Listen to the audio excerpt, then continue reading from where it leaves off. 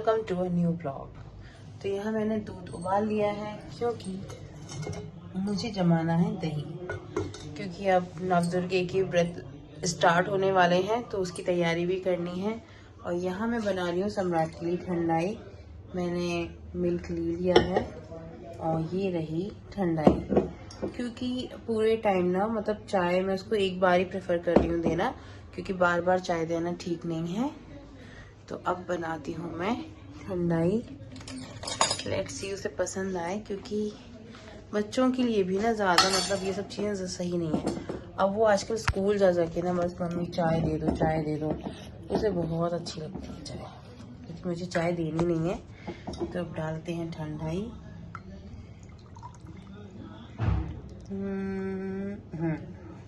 इतनी ठंडाई काफ़ी है। कलर आ चुका है ठंडाई का। ये वाकई में बहुत टेस्टी होती है। और अब हम जमाते हैं दही। तो दूध को मैं इसमें कर लेती हूँ, क्योंकि अब व्रत आ रहे हैं, दही की डेली ही ज़रूरत पड़ने वाली है। क्योंकि सम्राट के पापा तो पूरे व्रत रखते हैं, मैं तो शायद फर्स्ट और लास्ट ही रखूं, क्योंकि मुझे बहुत काम रहता है तो मैं नहीं कर पाती। फिर क्या है ना, आलू ज़्यादा खाए जाते हैं तो वो हेल्थ के लिए फिर और नुकसानदायी हो जाते हैं। तो इसलिए मैं तो शायद पहला और आखिरी ही रखूंगी, वो रखेंगे पूरे। गाइस, यहाँ मैं रात के खाने की तैयारी कर रही हूँ। मैं बना रही हूँ मटर पनीर सम्राट के लिए, क्योंकि वो आजकल बड़ा अपसेट है और बच्चों का भी मन रखने, उनका मन ना कुछ अच्छा खाने की नहीं होता है। The next day. Hey guys, good morning। तो बज रहे हैं सुबह के 5। सम्राट यहाँ सो रहा है और आज हमारी हाउस हेल्पर नहीं आएंगी, उनके हस्बैंड की तबीयत ठीक नहीं है। तो अब मैं सोच रही हूँ कि यहीं वॉक कर लूँ। पानी मैंने पी लिया है, तो काम आज मुझे को करना है सारा। तो करते हैं आज के दिन की शुरुआत वॉक के साथ। 1 hour later। तो गाइज, यहाँ मैंने चावल बनाए रखे, वहाँ मटर पनीर और ये आटा गूंदने के लिए। और यहाँ मैं सम्राट को पढ़ा भी रही हूँ साथ में। क्यों सम्राट?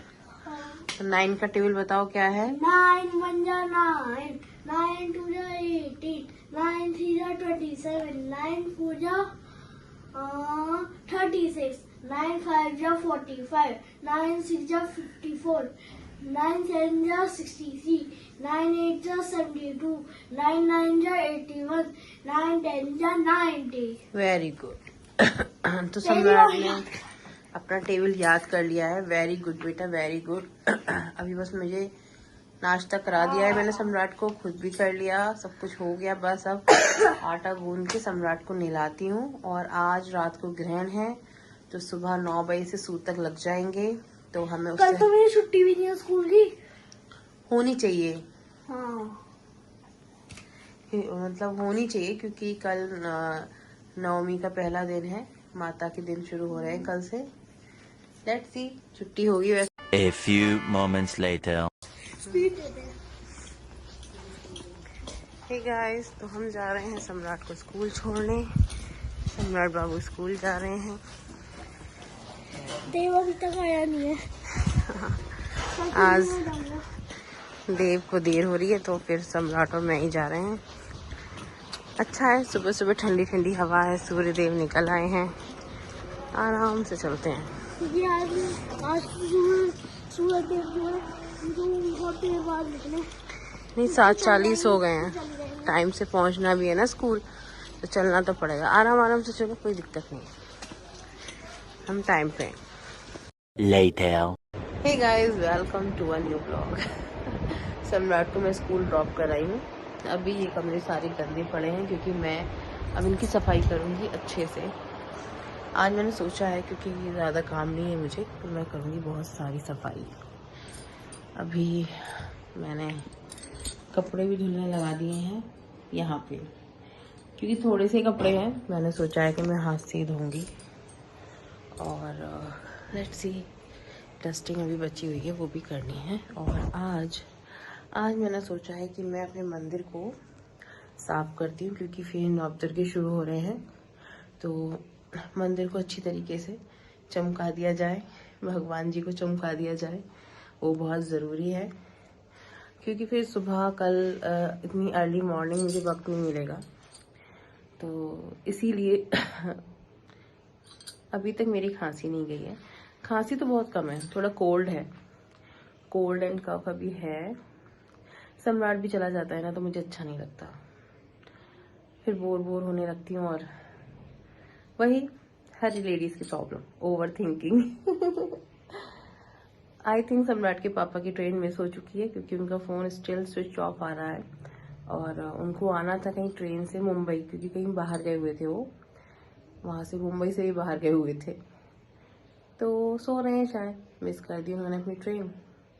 क्या कर सकते हैं, जब फ़ोन ही स्विच ऑफ है तो जगा भी नहीं सकते हैं। तो अब मैं अपने मंदिर को साफ़ करती हूँ, फिर से चमकाती हूँ मैं अपने भगवान जी को। और उसके बाद घर की डस्टिंग करूँगी, फिर कपड़े धोऊंगी, और फिर किचन में भी सफाई वगैरह करूँगी, क्योंकि कल से व्रत शुरू हो रहे हैं। मेरा तो पहला और आखिरी ही रहेगा, बाकी देखते हैं किसका सारे रखते हैं। सम्राट के पापा अगर आ जाएंगे तो रखेंगे, तो वो शायद उन्हें शौक है तो वो सारे रख सकते हैं, मैं पहला और आखिरी ही रखती हूँ। तो अब करते हैं सफाई, मिलती हूँ मंदिर को साफ करने के बाद। फाइनली गाइज मंदिर साफ हो गया, कितना सुकून सा मिलता है ना। भगवान के पास बैठो तो सुकून ही सुकून है, खुशियाँ ही खुशियाँ हैं। मुझे बहुत अच्छा लग रहा है अपना मंदिर। A few moments later. Shoe rack, इसे मैंने ना बहुत टाइम से साफ नहीं किया है। ये आज मैं सोच रही हूँ इसका भी मेकओवर कर ही देती हूँ। तो चलिए करते हैं आज इस शू रैक का भी makeover. Later. Hey guys, finally मैंने अपनी शू रैक को बिल्कुल साफ सुथरा कर लिया।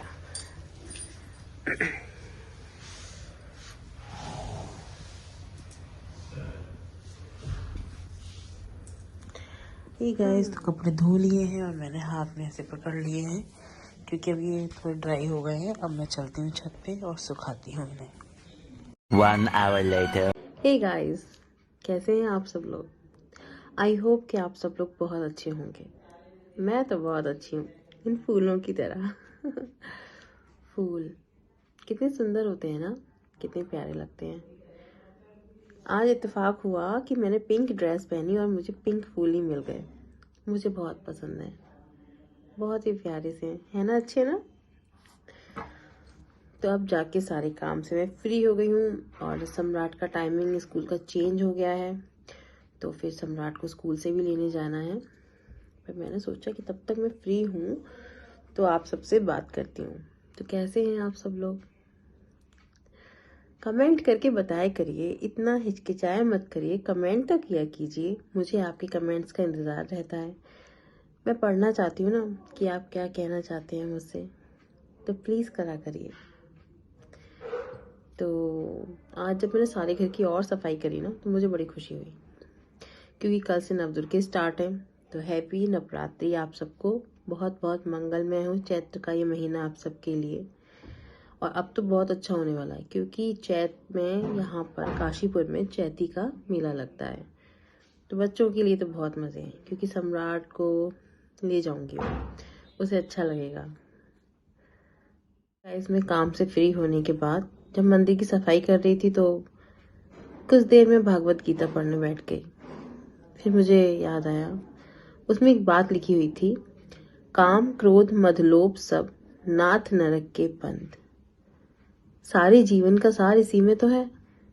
काम, किसी गलत चीज की इच्छा अपने शरीर से, क्रोध गुस्सा, मद अहंकार, लोभ लालच, ये सब के सब हमें नरक की तरफ ही ले जाते हैं। यही वो सारे कार्य हैं जो हमें अनीति करना सिखाते हैं। अगर इंसान अपनी जिंदगी में नीति के काम करता रहता है, तो आज नहीं तो कल उसकी जीत पक्की है। लेकिन अनीति यानी कि नियम के विरुद्ध, चरित्र के विरुद्ध, संस्कारों के विरुद्ध काम करना जो आपको क्षण भर का सुख देता है, उस समय तो जीवन बहुत अच्छा लगता है कि सब कुछ मेरे हिसाब से हो रहा है, सब कुछ वैसा हो रहा है जैसे मैं चाह रही हूँ।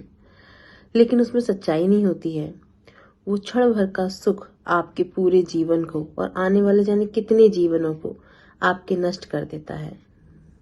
इसलिए हमें जीवन में हमेशा नीति के पथ पर चलना चाहिए। जब लड़ाई अपनों से होती है ना, तो कई बार नीति और अनीति में इंसान फर्क करना भूल जाता है। लेकिन कठिन समय में भी जो व्यक्ति नीति और सही पथ पे चलता है, उसकी जीत तय है। उसको कोई नहीं हरा सकता। ये जन्म हमें इंसान का मिला है। इंसान के जन्म के में लेने के बाद ही सिर्फ हमारे पास वो टैलेंट होता है कि हम अपने कर्म से अपना भाग्य बना सकते हैं। अगर हम नीति पे चलेंगे तो हमारा भाग्य, आने वाला समय हमारे लिए बहुत श्रेष्ठ होगा। उसे कोई भी खराब नहीं कर सकता। लेकिन अगर हम गलत रास्ते पर चलेंगे तो आज तो सुख है, लेकिन वो सुख जीवनों के लिए, जाने कितने जन्मों के लिए, आपके लिए दुखदाई बन जाता है। बच्चा हो, बूढ़ा हो या जवान हो, कोई भी हो, अगर वो सही रास्ते पे चलता है तो आज जरूर वो थोड़ी तकलीफ भोगेगा, लेकिन उसका जीतना और उसके जीवन में सुख का आना तय हो जाता है। क्योंकि कर्मों से ही हम अपना भाग्य बनाते हैं। आज के किए हुए कर्म ही हमारा कल का भाग्य बनाएंगे। अपनी किस्मत हम खुद लिखते हैं। हर कोई अपनी किस्मत खुद लिखता है। वो किसी को दोष नहीं दे सकता। हाँ, कई बार आपके बहुत अच्छे होने के बावजूद भी आपको कुछ रिश्ते ऐसे मिलते हैं जिनसे आपको हारना पड़ता है। लेकिन हार में भी जीत छुपी होती है। सब कुछ जानते हुए भी अगर आप हार जाते हैं तो आप वाकई में विवेकशील हैं, ज्ञानी हैं। लेकिन हमेशा सही राह पे चलिए। ऐसा कोई भी काम मत करो जिसमें आपको झूठ बोलना पड़े, छुपाना पड़े। क्योंकि जब आप झूठ बोलते हो, छुपाते हो, अनीति वाला काम करते हो, तो आपकी आत्मा को पता होता है कि आपने गलत किया है, इसीलिए आप झूठ बोलते हो। आप जब किसी के सामने चुप रह के अपनी बात छुपा रहे होते हो, तब आपकी आत्मा बहुत अच्छी तरह जानती है कि आपने गलत काम किया है। और जब आपकी आत्मा जानती है, ईश्वर जानता है, तो क्यों करते हो? मत करो ना। काम वो करो जिसे फक्र के साथ बचा सको। कहीं छुपाने की जरूरत ना पड़े, किसी से भी छुपाने की जरूरत ना पड़े। क्योंकि छुपाते हम वही हैं जो गुनाह होता है, और गुनाह करने वाला एक न एक दिन सजा जरूर पाता है। इसे कोई नहीं रोक सकता। ये अटल सत्य है। इसलिए अपनी राह अच्छी करें। ऐसा काम ना करें जो छुप के करना पड़े। आप चार पर्दों में छुपकर घरों के अंदर, दीवारों के अंदर, कहीं भी जाके वो गुनाह कर रहे हैं, बंद कमरों में कर रहे हैं। लेकिन इतना याद रखें कि ईश्वर आपको देख रहा है और आपको असली सजा या आपकी जिंदगी को अच्छा सिर्फ ईश्वर करता है। किसी भी इंसान के हाथ में नहीं है कि वो आपको दुख पहुंचा सके। और अगर कोई व्यक्ति ये सोचता है कि मैं उसे दुख पहुंचा सकता हूं, तो ये उसका अभिमान है। और भगवान अभिमान का ही भोजन करते हैं। इसलिए अभिमान ना करें, क्योंकि अभिमान किसी का नहीं रहता। अगर आपके अंदर किसी बात का घमंड है तो उसे फौरन त्याग दें, क्योंकि घमंड सिर्फ नाश कराता है आपके सारे सुखों का, आपकी इच्छाओं का और आपकी हर चीज का। किसी को भी अपना अहंकार दिखाना या किसी को नीचा समझना, ये व्यक्ति की सबसे बड़ी गलती होती है। इसलिए अपना जीवन सही रास्ते से जिएं। ऐसा ना करें जो आपको झूठ बोलना पड़े। आप जितना झूठ से बचेंगे, आपकी आत्मा उतना खुश रहेगी। छुप छुप के किए गए कार्य, अनीतिपूर्ण कार्य सिर्फ जीवन में दुख और तकलीफ लेके आते हैं। इसलिए मेरी आप सबसे रिक्वेस्ट है कि सही राह पे चलें। आपको जरा भी झूठ ना बोलना पड़े, ऐसा काम करें। और देखिए फिर आपकी आत्मा आपको कितना खुश रखेगी, आप कितना खुश रहेंगे। और वो खुशी आपकी हमेशा के लिए होगी, जिंदगी भर के लिए होगी। आई होप कि आप मेरी बात को समझेंगे और अपने जीवन से झूठ शब्द निकाल देंगे। जिस दिन आपको झूठ ना बोलना पड़े, आप समझ लीजिए कि आपने सच्ची जीत हासिल कर ली है। और आपको ईश्वर भी उतना ही प्यार करेगा जितने आप अच्छे हैं। और देखिए आपके सारे कष्ट कैसे दूर हो जाएंगे। इसलिए बच्चे हों या कोई भी हो, सभी को हमें ये ज्ञान देना चाहिए कि झूठ ना बोलें, क्योंकि झूठ ही है वो शब्द जो आपको गलत राह पे ले जाता है। एक झूठ के लिए 100 झूठ बनाने पड़ते हैं और इस तरीके से आप पाप की दलदल में फंसते जाते हैं।